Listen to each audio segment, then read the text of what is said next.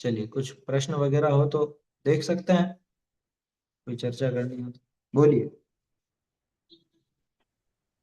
पंडित जी, महावीर स्वामी के मोक्ष जाने से जन सामान्य को क्या फायदा हुआ जो दिवाली के रोज बधाई देते रहते हैं? एक तरीके से नुकसान ही हुआ, उनकी दिव्य ध्वनि सुनना बंद हो गई। हाँ, बिल्कुल सही बात है। तो आपने प्रश्न क्या पूछा इसमें, मुझे वो समझ में नहीं आया। ये तो आपने आपका विचार रखा जो सही है। हाँ, यही मैं जानना चाह, मतलब इसकी चर्चा की भाई, इससे लाभ क्या हुआ, मतलब जो बधाई देते रहते हैं। अपने को तो कोई लाभ नहीं है, बधाई जैसी कोई बात भी नहीं है उसमें। वो तो प्रेरणा लेने के लिए है, वही विचार करना चाहिए। महावीर स्वामी का मोक्ष हुआ, है ना। तो मोक्ष से हमें तो कोई लाभ नहीं हुआ, हमें नुकसान जरूर।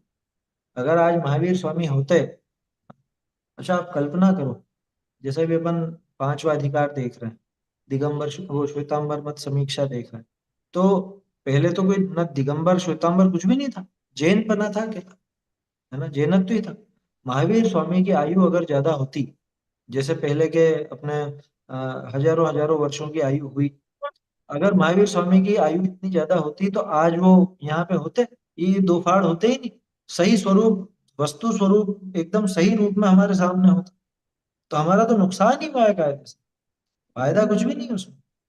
तो क्या खुशियां नहीं मनाएगा? कि खुशियां कैसे मनानी है पहले तो ये बताओ। इसको खुशियां मनाने के नाम पे नाचना गाना खाना पीना यही सूझता है, मिठाइयां ही सूझती है ना, यही सूझता है। और क्या होता है बताओ?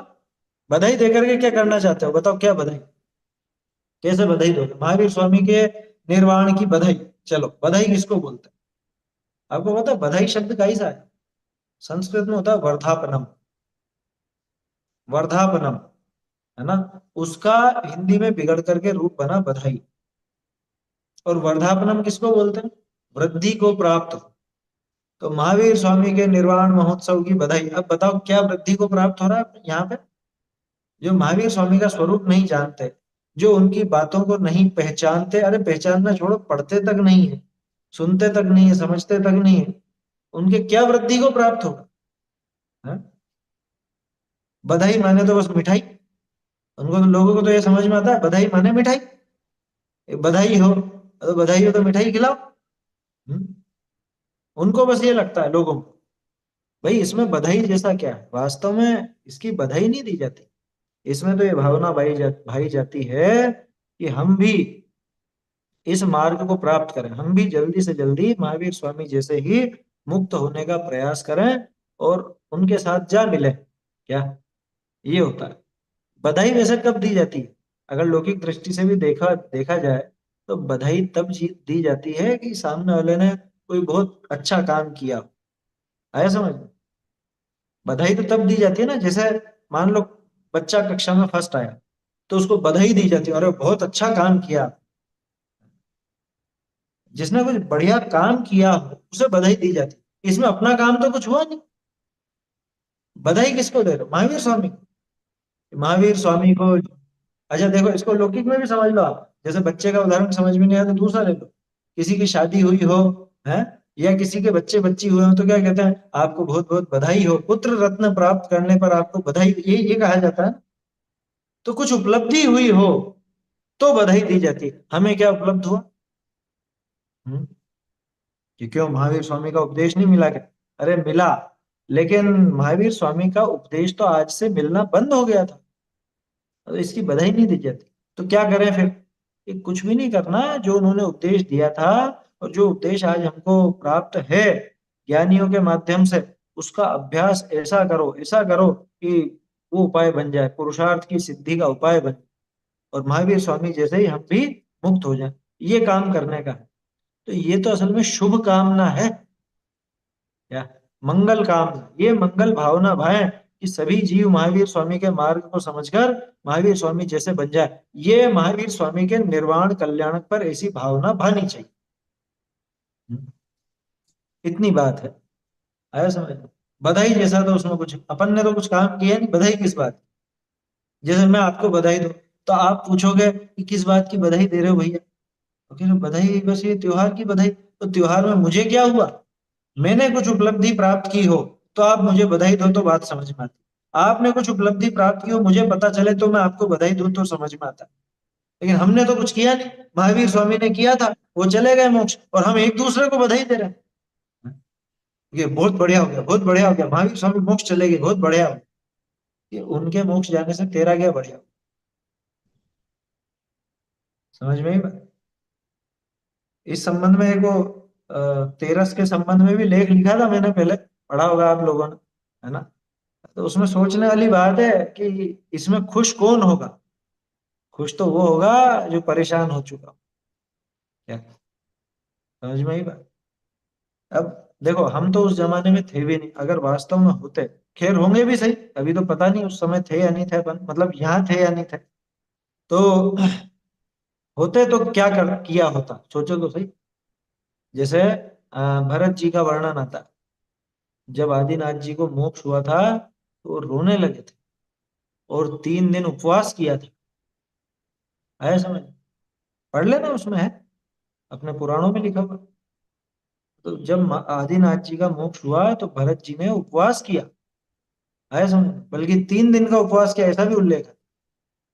हम क्या करते हैं? हम तो पहले से तैयारियां कर लेते हैं, मिठाइयों की और इनकी और उनकी, हैं? और मेरा डब्बा भी आपके यहाँ आएगा मिठाई का, और आपका डब्बा भी मेरे यहाँ पे आएगा। ये तो लेन देन बंद ही हो जाना चाहिए। स्वाध्यायी के घरों में ये लेन देन नहीं होता। हम्म? मिठाइयों का लेन देन। किस बात की मिठाई? हम्म? समझ में आ रही है बात? अभी लोगों को बहुत शौक, तो ये लगता है तो हमेशा बस मिठाइयों की मना करते हैं। कह रहे तो तुमको मिठाइयों से ऐसा ऐसा चिपकास क्यों है? तुम क्यों करना चाहते हो मिठाई महावीर स्वामी के निर्वाण के नाम? और ये कितना चटोरा जीव है कि इसको महावीर स्वामी का जन्म कल्याणक हो तो भी मिठाई खानी है इसे, और मोक्ष जाना है तो भी मिठाई खानी। मैंने इसका तो उद्देश्य कुल मिला के एक मिठाई खाने का है।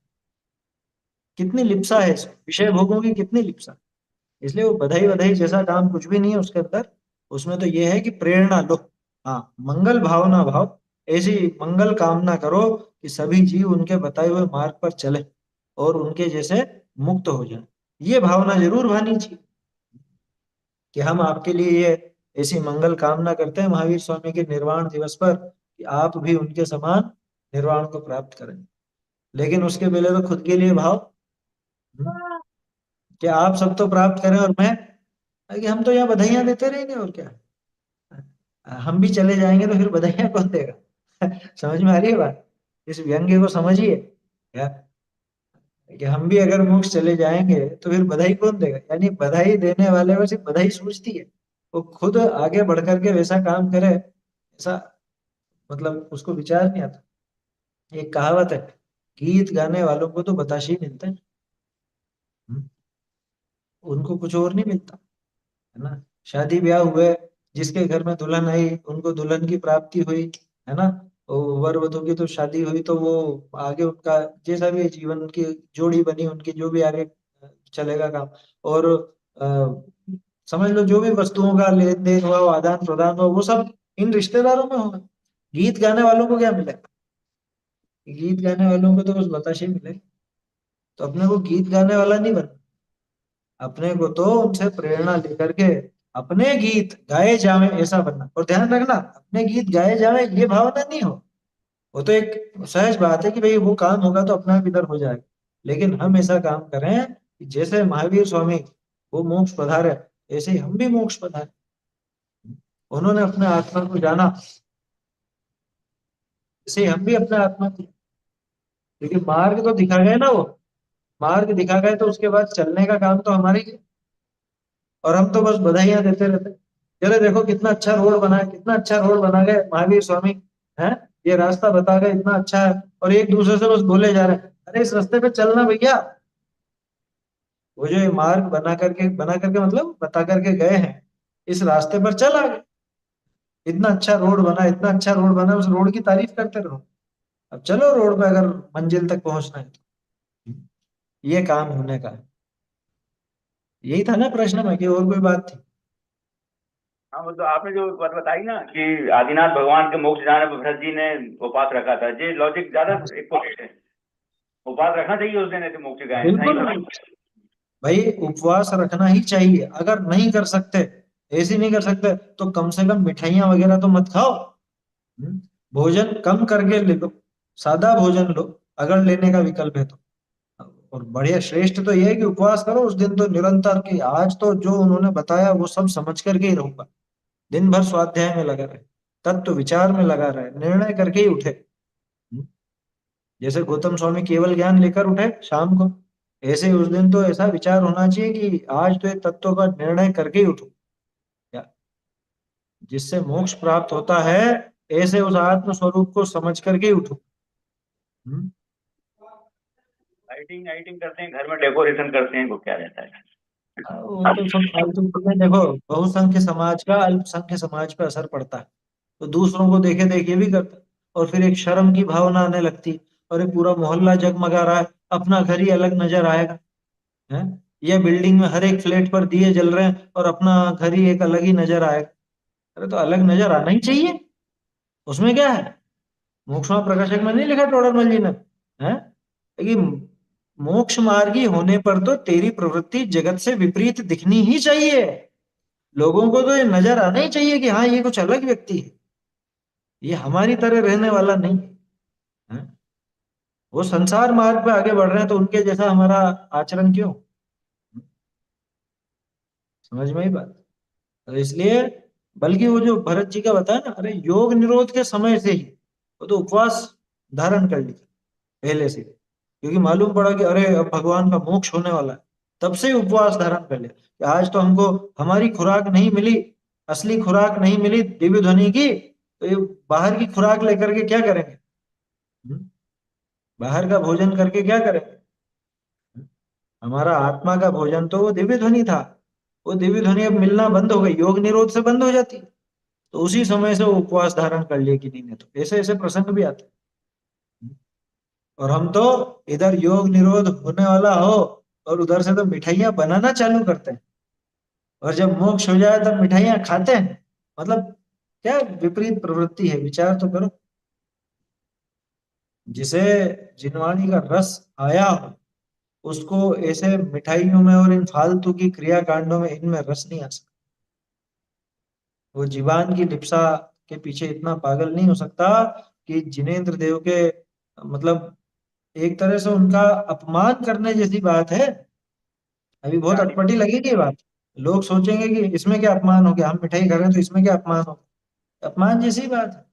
वो तो छोड़ के चले गए और यहाँ पे हम जो मिठाइयाँ उड़ा रहे हैं। किसी ने बताया कि कोई मर जाता है तो क्या मिठाई खाते हैं क्या? महावीर स्वामी का पंडित पंडित मरा नहीं तो हुआ है। हाँ वो, लेकिन वो ऐसा उदाहरण कहने में क्या भड़क जाते हैं लोग। हाँ? क्या, कि कोई मर जाता है तो मिठाई, तो मरे नहीं थे वो तो मोक्ष गए, यूं कह देंगे कि हम तो, वो तो मोक्ष गए, मरे थोड़े ना थे। हाँ? अरे भाई, मैं इसके लिए दूसरा उदाहरण लेता हूँ। अपना कोई प्रिय व्यक्ति है, अच्छा उसमें एक और चीज लेते हैं, देखो मोक्ष तो सर्वोत्कृष्ट दशा है ना, तो उनका तो कल्याण हो गया, उनको तो सर्वश्रेष्ठ दशा मिली, इस बात की खुशी नहीं होगी क्या आपको? वो ऐसा तर्क करते हैं। देखो, अब यहाँ पे ऐसा उदाहरण लेना कि अपना जो प्रिय व्यक्ति है, अपना घर का बहुत प्रिय सदस्य, अपना बेटा, अब उसको एक ऐसा काम मिला है, उसको आजीविका के लिए ऐसा साधन मिला है कि जिसमें उसका पूरा जीवन बहुत सुखमय रहने वाला है और आगे भी बहुत सुखी सुख रहने वाला है उसको। लेकिन वो अब अपने को हमेशा हमेशा के लिए छोड़ के जाएगा, उसको अपन देख तक नहीं पाए। उन्नति तो हुई है, उन्नति तो ऐसी जबरदस्त हुई है कि मतलब दुनिया का सबसे अमीर व्यक्ति बन जाएगा वो और बहुत सुखी रहेगा, ये सब फला फला की बात है, फालतू की। लेकिन अब वो शर्त ये है कि वो हमारे पास नहीं रहेगा, वो तो उसको देख भी नहीं सके। तो बोलो खुशी होगी या दुख? इस बात की खुशी तो होगी कि लौकिक में ऐसी उन्नति कर ली। ये भी लौकिक उदाहरण ही दे रहा हूँ, बस इसको वहीं तक सीमित रखना। अपन तो उस पक्ष के है ही नहीं कि ऐसी जगह जाए। हैं, आया समझ में? लेकिन वो जो उसको सुखी होना कह भी रहे हैं, तो उस बात की खुशी तो है, लेकिन दुख होगा या नहीं होगा कि अरे आज के बाद ये हमको दिखेगा नहीं, मिलेगा नहीं, इस बात का दुख होगा या नहीं? और हमें कितना दुख हुआ महावीर स्वामी के जाने पर। हम्म? तो देखो उसमें एक चीज और है कि साहब वो तो 2500 साल पहले चले गए, है ना, अभी थोड़ी ना गए हैं। कितना हो गया, शायद 2551 हो गया ना मेरे ख्याल से। ये तो 2551 वर्ष पहले चले गए। हम्म। अभी थोड़ा है कि वो हमारे सामने होते और जाते तो हमको वैसा दुख भी होता। अरे इसने अपने हृदय को इतना कठोर बना लिया कि जिनसे हमारा परम कल्याण होता है, जिनसे हमको ये आत्म कल्याण की बातें मिली है, और उनके विरह का हमको, भले वो कभी भी हुआ, अपने सामने नहीं हुआ तो क्या हुआ, विरह तो हुआ था ना इस दिन। तो जिस दिन उनका विरह हुआ हो, उस दिन हम खुशियां कैसे मना, तो क्या रोए, रोने की नहीं कह रहे, लेकिन ये दिन गंभीरता, ये दिन खुद को संभालने का आया समझ। अब कोई दिशा निर्देशक नहीं रहा, तो हमको खुद को हमारी दिशा पहचाननी पड़ेगी, हमें खुद को मार्ग ढूंढना पड़ेगा, उस पर चलना पड़ेगा। बताने वाले महावीर स्वामी थे, वो चले गए। तो एक जिम्मेदारी वाला काम है यहाँ, ये खुशियां मनाने का काम नहीं है इसमें, ऐसा है। तो इस वजह से वहाँ थोड़ी गंभीरता रहनी चाहिए, और उस पर्व की प्रासंगिकता और उसका क्या अपने जीवन में असर पड़ना चाहिए, उस बात को समझ करके वैसा आचरण करना चाहिए, ऐसा है। चलिए, और भी कुछ हो प्रश्न या कुछ चर्चा करनी हो तो देख लेते हैं, है अभी 5-10 मिनट तो अपने पास।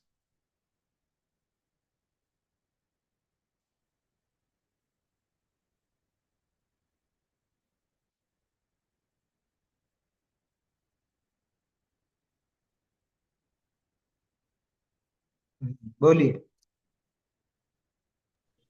हाँ पंडित जी, जैसा आपने बोला ना कि जैसे अपन कुछ नियम संयम पालन करते हैं और लोग पूछते हैं तुम्हें क्यों नहीं खाते हो और ये क्यों छोड़ दिया और तुम्हें भूख नहीं लगती है क्या, तो और तुम हम्म। शादी ब्याह में क्यों नहीं जाते हो, तुम बाहर का क्यों नहीं खाते हो, तो बहुत आड़ लगता था। अभी आपने कहा कि मतलब अपन अलग दिखने लगते हैं तो मतलब कोई बुराई की बात नहीं है, मतलब अपन को ऐसा मतलब फीलिंग नहीं आना चाहिए कि अपन अलग हैं एकदम सबसे। वह तो, अलग ही होता है, हीरा हर कहीं जैसे, कांच तो हर एक घरों पे लगे रहते हैं, हीरा हर घर में थोड़े ना मिलता। तो अपन हीन भावना आती है, अरे इनको इन लोग पूछ रहे हैं तो अपन कैसे अलग अलग दिख रहे हैं सबसे। तो अभी मेरे को अच्छा महसूस वही हुआ कि तो मतलब है, कि अपन वही मोक्ष मार्ग की दिखता तरफ है बढ़ना अपने है को। तो मतलब अपन अलग ही दिखना चाहिए मतलब।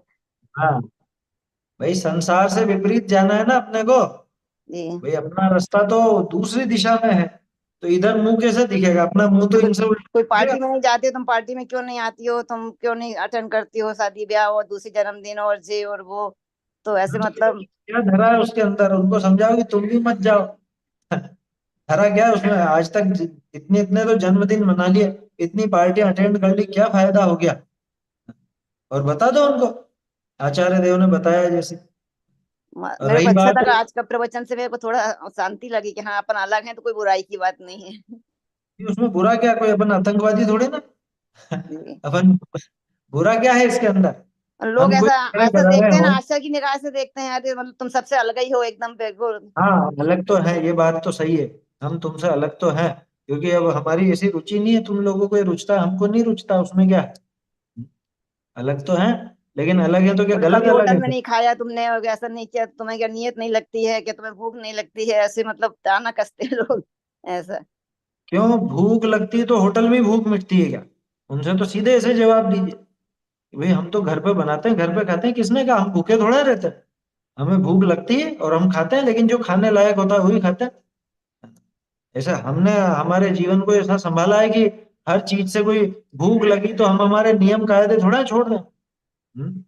और रही बात आलू प्याज जमीकंद की, तो अभी पांचवा अधिकार देखा था ना अपन ने, कि देखो अन्य मतों में ही लिखा है, हैं? जी हाँ। कि अगर ये सब सेवन करता है तो उसके तो ये सब व्यर्थ है, उसका मंदिर जाना, उसके तरह तरह के व्रत उपवास और जाने के क्या नाम आए थे, चांद्रायण वगैरह, और एकादशी, है, ये सारी चीजें व्यर्थ है उसकी। असल में उनको खुद को अंदर से ऐसा लगता है क्या, वो जब आपका ऐसा आचरण देखते हैं तो उनको जी। अपने आप में खुद को हीन भावना लगती है, हम तो वो तो वो उस हीन उनको भावना को ऐसा लगता है कि छिपाने इतना के धर्म लिए, क्यों करती हैं और अपन नहीं कर पा रहे हैं, तो अपन मतलब उनको हाँ, ऐसा फीलिंग आती है कि अपन मतलब इनके बराबर तो नहीं कर पा रहे हैं, ऐसा ऐसा उनको लगता है, उनके वही बराबर है। नहीं कर पा रहे, इसलिए उनको लगता है कि इसको कैसे नीचा दिखाया जाए, उनके मन में ये होता है, ये 100% बात है ये। जिसको हीन भावना होती है वो दूसरे पर ऐसे फप्तियां कसना, या दूसरे को ऐसे ताने, जो आप कह रहे हो कि ताने मारते हैं या कुछ इस तरह की बात करते हैं, वो असल में खुद हीन भावना से ग्रस्त है। और सगे रिश्तेदार ही जो रहते हैं ना हाँ पंडित जी, हाँ, वो बुरा अपन को बोलते हैं कि ऐसा क्यों करती तुम्हारी मम्मी और हमारे बच्चे को, इतना बुरा बुरा बोलते हैं ऐसे मौसे जी कि हम नहीं गए तो बोले क्यों नहीं लाए मम्मी को, तुम मम्मी लोग को दबा के नहीं हाँ, रखते हो, ऐसा और वैसा। ऐसे बच्चे लोगों को सुनाते हैं घर के। तो बच्चे लोगों को भी सिखा दीजिए कि तुम क्यों सुनते हो। उसमें क्या है, बच्चे लोगों को मम्मी, सुनाते बच्चे ने हैं। बोला मम्मी सोशल नहीं है तो नहीं आती कहीं, तो ऐसे करके। हाँ, हम सोशल नहीं, ये बात तो सही है, क्योंकि अनादिकाल से तो सोशल होते आए हैं हम बहुत। क्या, तो अनंत अनंत जीवों के साथ में एक साथ एक ही जरा से आलू में बहुत समय तक रह लिए। अब नहीं रहना भैया, ऐसी सोसाइटी नहीं चाहिए। मतलब बुरा अब भला भी असली बोल देते हैं सोसाइटी। लोग पंडित जी अपन को, मतलब दूसरों के जरिए ऐसा। हाँ, तो उससे क्या घबराना उसमें। जी। हाँ, उसमें कोई घबराने वाली बात थोड़ी ना। उसके बोलने से अपने कुछ थोड़ा फर्क पड़ गया। अपने वो बुरा भला बोल देवे तो अपन दो रोटी कम थोड़ा खा लेंगे उसके चक्कर में। जी। समझ नहीं बात। तो उसमें कोई ऐसी बड़ी बात नहीं। देखो, रिश्तेदार तो सब ऐसे ही होते हैं, उसमें कोई दम नहीं है। क्या, सब जगह ऐसे ही मिलेंगे? कोई सारे के सारे ऐसे मिल जाते तो यही सिद्धशिला हो जाती ना। हम्म। आज आज के प्रवचन में अच्छा लगा हाँ, पंडित जी, थोड़ा अपन को थोड़ा। देखो, एक एक एक इस तरह का भी आता है कि एक बार तो संसार के लिए मर ही जाना अच्छा है। मर जाना मतलब वो मर जाना नहीं कि जी। संसार के लिए तो मरे जैसा हो जा, गिने ही नहीं कुछ भी करे, ये भी कोई व्यक्ति है। उसको विचार ही नहीं आवे अपने लिए कि भाई ये नहीं आते जाते हैं या कुछ ऐसा है। हाँ, गर्व होना चाहिए अपने को। बच्चों को बचपन से वो चीज सिखानी चाहिए। देखिए, ये दो क्या चीज लिखी हुई आई थी। हाँ, एक बात ये आई है, भगवान की कसम खाना या भगवान के सामने अपनी सत्यता प्रकट करना क्या सही है? बिल्कुल गलत है। कसमें वसमों का काम अपने है नहीं। आया समझ में? भगवान की कसम खाना, क्यों कसम खाना? भाई हम सच बोल रहे हैं, बस इसमें क्या बात है, सच बोल रहे हैं, ये सच बोलना इतना पर्याप्त नहीं है क्या? और लोग बाग ऐसे होता, ये जिनवाणी पे हाथ रख के बोलो। जिसको झूठ बोलना है वो तो जिनवाणी पे हाथ रख के भी झूठ बोल देगा। समझ में ही बात। ये कसम वसम खाना, कसम खाने का मतलब समझे? कसम खाना माने उनको नीचा दिखा, उनका अपमान, साक्षात अपमान। भाई तुम्हारे झगड़े में उनको क्यों घुसाते हो? हाँ? भगवान की कसम खा के, ये इसकी कसम उसकी कसम, और जाने किसकी किसकी कसम खा लेते। और फिर उल्टी सीधी मान्यताएं और चलती कसम के नाम पे। झूठी कसम खाओगे तो मर जाएगा सामने, जिसकी कसम खाई है वो मर जाएगा, ऐसी ऐसी बातें चलती है ना। है, अब क्या पागल बने, सोचो क्या है ये कसम, क्या है? अपने यहाँ तो ऐसी कोई कसम नहीं। हाँ, प्रतिज्ञा जो लेते हैं वो जरूर है कि आज से मैं जमी कंद का त्याग करता हूँ, ये प्रतिज्ञा ली। इसमें कसम वाली क्या बात है? कसम तो ऐसी होती है जो, अगर कसम आप शब्द का प्रयोग करोगे तो। हम्म? तो प्रतिज्ञा है वो, तो प्रतिज्ञा कैसी कि जमी कंद आदि का त्याग हुआ, अभक्ष्य भक्षण का त्याग, अन्याय अनीति अभक्ष का त्याग, है ना? ये प्रतिज्ञा लेने लायक है। बाकी हो कि मैं कसम खा रहा हूँ, मैं कसम खा के बोल रहा हूँ, इसमें कोई दम नहीं है। इसमें तो भगवान का अपमान है ना? भगवान का अपमान है, साक्षात अपमान। भगवान की कसम खा के कहता हूँ। हाँ? हम भगवान की साक्षी से, भगवान की साक्षी, भगवान की तो हमेशा साक्षी, वो तो हमेशा जान रहा है। और तूने कितने कितने झूठ बोले हैं पहले, वो सब जानते हैं। भाई जो सच बोलता है उसको शपथ की जरूरत नहीं होती, कसम की जरूरत नहीं होती, है ना? और जो झूठ बोलता है वो तो जिनवाणी के हाथ रख के और भगवान की कसम खा के भी झूठ बोल लेता है, उसमें क्या है? इसलिए बेकार की चीज है। एक चीज और क्या लिखी थी ये, नमोकार मंत्र के पहले ओम लगाना सही है क्या? देखो, ओम लगाना, जैसे, अब ओम लगाने की आवश्यकता यूं तो नहीं, क्योंकि ओम में अपने आप में पंच परमेष्ठी आ गए। ओम शब्द में अपने आप में पंच परमेष्ठी आ गए। तो ओम नमः बोलोगे तो अपने आप ही पंच परमेष्ठी को नमस्कार हो गया। अच्छा, मेरे ख्याल से उसके लिए बोल रहे हैं जो गाते हैं ना, ओम नमो अरिहंताणम, ओम नमो सिद्धाणम, वो उचित नहीं है। वो तो गाथा को ही तोड़ मरोड़ दिया। आचार्यों ने जिस ढंग से गाथा लिखी है, उस गाथा में इस तरह की बात होती नहीं। ओम नमो अरिहंताणम होता नहीं, कुछ नमो अरिहंताणम होता। या तो ओम नमः बोल लो। हम्म, आया समझ? ओम नमः पर्याप्त है। या नमो अरिहंताणम, नमो सिद्धाणम, नमो आयर्याणम, नमो उवज्जायणम, नमो लोहे सब, ये सब। उसमें ओम का लगा है। ये तो क्या है, वो डोर बेल वगैरह और इस तरह के वो आते हैं ना, वो बजते रहते हैं। ओम नमो अरिहंताणम, ओम नमो सिद्धाणम, ऐसे वो उचित नहीं है। उसमें ठीक नहीं है कुछ बात। चलिए समाप्त करते हैं, और कुछ छोटा मोटा कोई प्रश्न हो तो देख सकते हैं एक आध मिनट का, नहीं तो समाप्त करते हैं।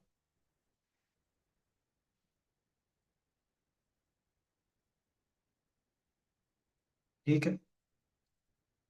चैतन्य का स्मरण प्रतिक्षण ही करो रे, भव के अनंत दुख को क्षण में हरो रे, अक्षय अनंत निज सौख्य निधान पाओ, गाओ अरे सी के गीत गाओ। हाँ वैसा कर सकते हैं, नमो लोए सौ अरहंतन, वो अर्थ है उसका, है ना। ये अपन ने जब पहला पाठ पढ़ा था बाल बोधला तब भी ये बात की थी कि लोए सब जो है वो तो सबके साथ लगेगा, वो अंत्य दीपक है। नमो लोए सौ अरहंतन अर्थ ऐसा निकलता है उसका, लेकिन वो बोलने में तो गाथा की तरह ही बोला जाता है, इसलिए लोए सब सबके साथ नहीं बोला जाता। नमो लोए सौ सिद्धाणम, नमो लोए सौ आयर्याणम, ऐसा उसका अर्थ निकलता है। बाकी अगर आप गाथा बोल रहे हो तो जैसा वो है, नमो अनंताणम, नमो सिद्धाणम, नमो आयर्याणम, वो ही बोलना चाहिए। चलिए, हाँ, बोलिए। शायद गुरुदेव श्री ऐसा बोलते थे क्या, नमो लोए सवार अंताणम। नहीं, वो ऐसा बोलता है, नमो लोए सौ त्रिकालवर्ती अनंताणम। हाँ त्रिकालवर्ती अंताणम। वो त्रिकालवर्ती भी लगाते थे उसमें, गुरुदेव मंगलाचरण में ऐसे ही बोलते थे पूरा, नमो लोए सौ त्रिकालवर्ती अरहंताणम, नमो लोए सौ त्रिकालवर्ती सिद्धाणम, ऐसा। तो वो तो ठीक है ना, मतलब उसका अर्थ वाला बोला, वो गाथा नहीं बोलते थे, अर्थ के रूप में ही बोलते थे। तो वैसे नमस्कार करना है तो वैसे कर सकते हैं। चलिए जिनवाणी स्थिति। परम जननी धर्म कथनी, भवार्णव पार को तरनी, अनच्छरी घोष आपत की, अक्षर युत गण धरो वरनी, निखेपो नयन जोगनिते, भविन को तत्व अनुसरनी, विथरनी शुद्ध दर्शन की, मिथ्यातम मोह की हरनी, परम जननी धर्म कथनी, भवार्णव पार को तरनी, मुक्ति मंदिर के चढ़ने को, सुगम सी सरल निसरनी, अंधेरे कूप में परता, जगत उद्धार की करनी, परम जननी धर्म कथनी, भवार्णव पार को तरनी, तृषा के ताप में तन को, करत अमृत वचन झरनी, कथंचित वाद आदरनी, अवर एकांत परिहरनी, परम जननी धर्म कथनी, भवार्णव पार को तरनी, तेरा अनुभव करत मोको, वरत आनंद उर्भरनी, हेरो संसार दुखिया हूँ, गही अब आने तुम सरनी, परम जननी धर्म कथनी, भवार्णव पार को तरनी, अरज बुध जन की सुन जननी, हरो बेटी जन्म मरनी, नमो कर जोरी मन बचते, लगा के शीस को धर, परम जननी धर्म कथनी, भवार्णव पार को तरनी, अनक्षरी घोष आपत की, अच्छा